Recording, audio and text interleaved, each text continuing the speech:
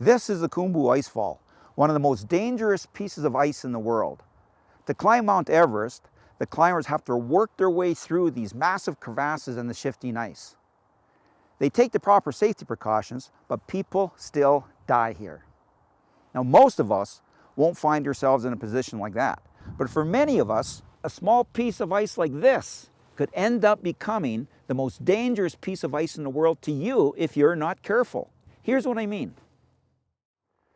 Dr. Atkins, famous for the Atkins diet, did not die as a result of a heart attack like most people think. He died as a result of a head injury.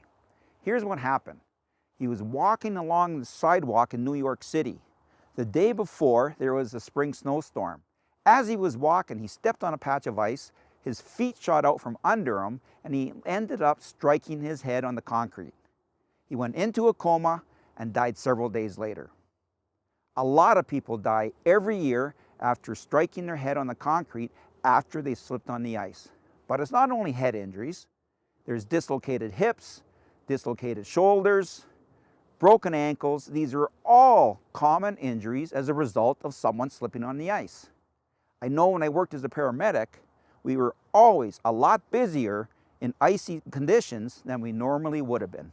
The information in this video will help prepare you to recognize the dangers of walking on icy surfaces, and it will help you take action by making you more aware of the proper safety precautions you should take. Freezing rain forms when snowflakes fall through a warmer layer of air. This warm air melts the snow into water droplets. As it continues falling to the ground, it hits a colder layer of air. Now, power lines, trees, roads, and sidewalks are below freezing. So when this water hits these objects, it instantly forms a layer of ice on anything it touches. Hard-packed snow. Now this can happen when there is a lot of pedestrian or vehicle traffic and the snow gets packed down and it becomes very, very slippery. Often at intersections, vehicles will spin their tires. This can polish the surface into a very slippery surface. Because this is at an intersection, people tend to cross here. This can become a high-risk area for pedestrians. Freeze-thaw cycles. When the temperature rises, the snow will melt. Now we have water on sidewalks, parking lots, and everywhere else. Once the sun goes down and the temperature drops, the water and the slush turns to ice. Now we have a serious hazard. Ice could be very, very smooth, or it could be rough, like when the slush freezes. Either way, it's a big hazard. Walking paths can literally become skating rinks. At night, the ice can blend into the darkness. This can make spotting or recognizing the ice very difficult. Depending how much snow has fallen through the winter, the thaw-freeze cycle can last for weeks throughout the spring. Water spills at the workplace. You may work with water in the winter, or you may work in an area where there's water leaks. Obviously, these puddles of water will freeze when it's cold enough. How can we prevent slips and falls on icy surfaces? We can do this by several ways, and one way is to think about falling. Now, when you're approaching a slippery area, if you think about how slippery it is, how easy it is to fall, and how seriously you could be injured if you did fall, well, that brings safety to the front of mind, and that's a good thing. And don't even think that slipping on the ice could never happen to you, because it could even happen to experts. So here's some tips on walking on snowy and icy surfaces. First of all, don't walk or step where your eyes already haven't been. That means you're watching where you're going. You're watching where you're placing your feet, you're looking out for uneven surfaces, and you're watching for those patches of ice and snow. And remember, that dry stretch of sidewalk or that sanded area can quickly become an area with absolutely no traction. Conditions can change. Walk slower and take smaller steps. The last thing you want to do is rush when you're walking on icy surfaces. Rushing will only get you in trouble, and rushing will only get you hurt. Adjust your stride for the conditions. That means take smaller steps. This helps keep your weight over your feet, and it's easier to keep your balance. A shuffling movement with those short steps can help on icy surfaces. Also, keep your knees slightly bent. Try walking with your feet at a bit of an angle. You may find this helps you be a little bit more stable. Keep your hands out of your pockets and use your arms to help keep your balance. Some people call this walking like a penguin. So if you can, avoid carrying things on icy surfaces, but if you must carry things, try to put them in a backpack. It's going to give you a better center of gravity. Walk on areas that are less slippery. If possible, walk on a sidewalk that's already been cleared, sanded or salted or treated with a de-icer. And in some cases, it may be safer to walk on the sidewalk on the other side of the road if it has already been cleared and treated. At your workplace, maintenance may have already cleared and sanded the walkways leading from the parking lot to the building. Always stick with these walkways. Now sometimes the sidewalk may be just too icy to safely walk on it, so you may choose to walk off the sidewalk. This could possibly be on the side of the road if it's a quiet residential street and it's safe to do so. If you're going to walk alongside the road, walk on the side of the road where you're facing traffic so you can see what's coming towards you. Or maybe you could walk off the sidewalk on the grass or the snow. Either way, you have to choose the safest route. When going up or down stairs, use the handrail if there is one. You should be using one at all times, but if the stairs are frosty or icy, this is especially important. If you do slip, you have a handrail that can help stabilize you and help prevent a fall down the stairs. Some areas may have a handrail along the sidewalk. Use them. 3 points of contact is important. There may not be a proper handrail, but there may be a fence, a light pole, or a vehicle, and these can help stabilize you in icy conditions. Move slow and grab onto stable objects if you have to. Avoid taking shortcuts where ice and snow removal doesn't occur.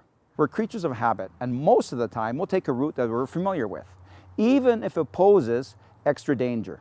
Here's a great example. This little pathway is a shortcut to a small strip mall, and a lot of people use it. And in the summer and the fall, it's usually in really good condition. But come winter, the snow starts to pile up and it gets deeper and deeper because the snow isn't removed from here. So come springtime, we have about this thick of hard-packed snow that's been packed down by people walking on it. And now it starts to warm up, so it starts to melt. And we end up with a very thick, icy covering over the pavement. And this is extremely dangerous because we also have a little bit of an incline, and many people here have fallen down and they've received quite serious injuries. People can easily avoid this route just by walking around. It's only going to take them an extra couple of minutes, but people don't do that. They choose the shortcut. They choose the dangerous route. If you can, avoid icy areas if at all possible. Wear the proper footwear. Face it, you wouldn't wear high heels, sneakers, or sandals on a construction site, so why would you wear inappropriate footwear in snowy and icy conditions? Take a look here. I'm climbing a frozen waterfall. Now, without the proper footwear and the proper safety devices, like the crampons, the spikes I wear on my boots, this would be impossible. But with the proper footwear and the safety devices, I can do things like this. You may never end up climbing a frozen waterfall, but there's a very good chance you will end up walking on icy surfaces at one time or another. Let's take a look and see how proper footwear and safety devices can make it much safer for you.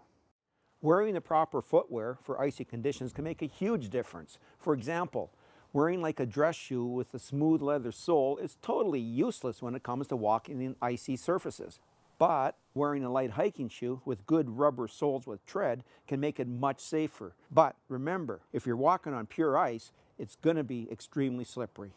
High heels have no place on snowy and icy surfaces. Wear winter boots and carry your shoes, even for short walks. There are many different devices you can put on your footwear to help give you better traction and stability.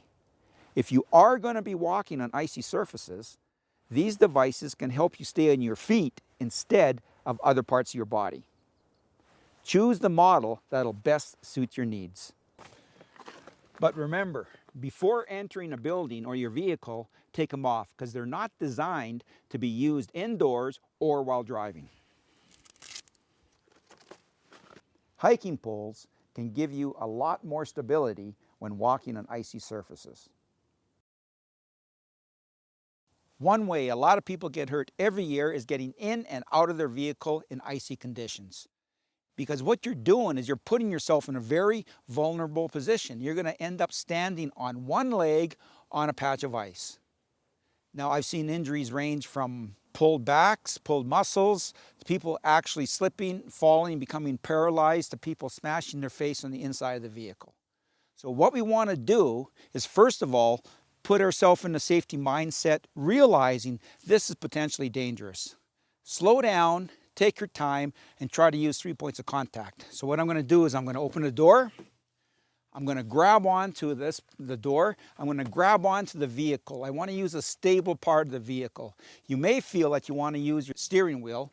Only do this like if it locks, because the piece that you're grabbing onto should be stationary. What I'm going to do now is lift up one leg. So I'm standing on one leg on the ice, but I got both hands holding onto the vehicle. I'm going to turn myself in, lift up. There. I've used 3 points of contact and I got in quite safely. Now to get out of the vehicle, it's going to be the same thing. I open the door. I'm looking where I'm stepping, and I'm consciously aware that I'm going to be stepping on ice. This is potentially dangerous. I'm going to grab onto the door, I'm going to grab onto the vehicle, slowly ease myself out, watch where I'm stepping, and away I go. 3 points of contact going in and out of the vehicle. Use caution so you don't end up like this. If you are in a warm vehicle or a warm building, the soles of your footwear is going to get quite warm. Now, as you step out onto the snow or ice, it's going to melt it, and it could cause a very, very thin layer of water. Now, this can make it extremely slippery. So when you're transitioning from a warm area to a cold area, always use extra caution. We often go from a snowy outside into a building. What we're doing is we're transitioning from one walking surface to another. Often, the floor inside is tile or smooth concrete.